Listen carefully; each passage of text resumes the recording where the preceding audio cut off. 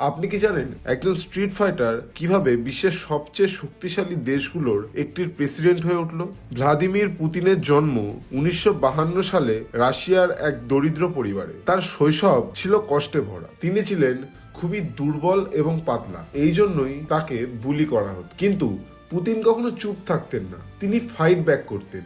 তার স্কুলের টিচারদের মতে সে লড়াই করত একজন ওয়াইল্ড ক্যাটের মতন, হাত পা এমনকি দাঁতও ব্যবহার করতেন। 12 বছর বয়স পর্যন্ত তিনি প্রত্যেক দিন কোনো না কোনো স্ট্রিট ফাইটে জড়িয়ে পড়তেন। এই লড়াইগুলো থেকেই তিনি একটা জিনিস বুঝতে শুরু করেন, পাওয়ার কিভাবে কাজ করে। এরপর তিনি মার্শাল আর্ট ক্লাসে ভর্তি হন, আর মাত্র 16 বছর বয়সে তিনি ন্যাশনাল লেভেলের জুডো চ্যাম্পিয়ন হয়ে যান। এই সময় একটি স্পাই মুভি তার জীবন বদলে দেয়। তিনি সিদ্ধান্ত নেয় তিনি স্পাই হবেন। 1975 সালে সোভিয়েত ইউনিয়নের ইন্টেলিজেন্স এজেন্সি কেজিবি তে যোগ দেন। পরবর্তী 15 বছর তিনি শেখেন ম্যানুপুলেশন, আন্ডারকভার অপারেশন আর পাওয়ার ট্যাকটিক। 1991 সালে সোভিয়েত ইউনিয়ন ভেঙে যায়। পুতিন একে বলেছিলেন 20 শতাব্দীর সবচেয়ে বড় জিওপলিটিক্যাল বিপর্যয়। সেদিন থেকেই তার একটাই লক্ষ্য, রাশিয়াকে আবার সুপার পাওয়ার বানানো। 1994 সালে তিনি সেন্ট পিটারবার্গের ডেপুটি মেয়র হন। মাত্র 4 বছরের মধ্যে তিনি রাশিয়ার প্রেসিডেন্টের নজরে পড়েন।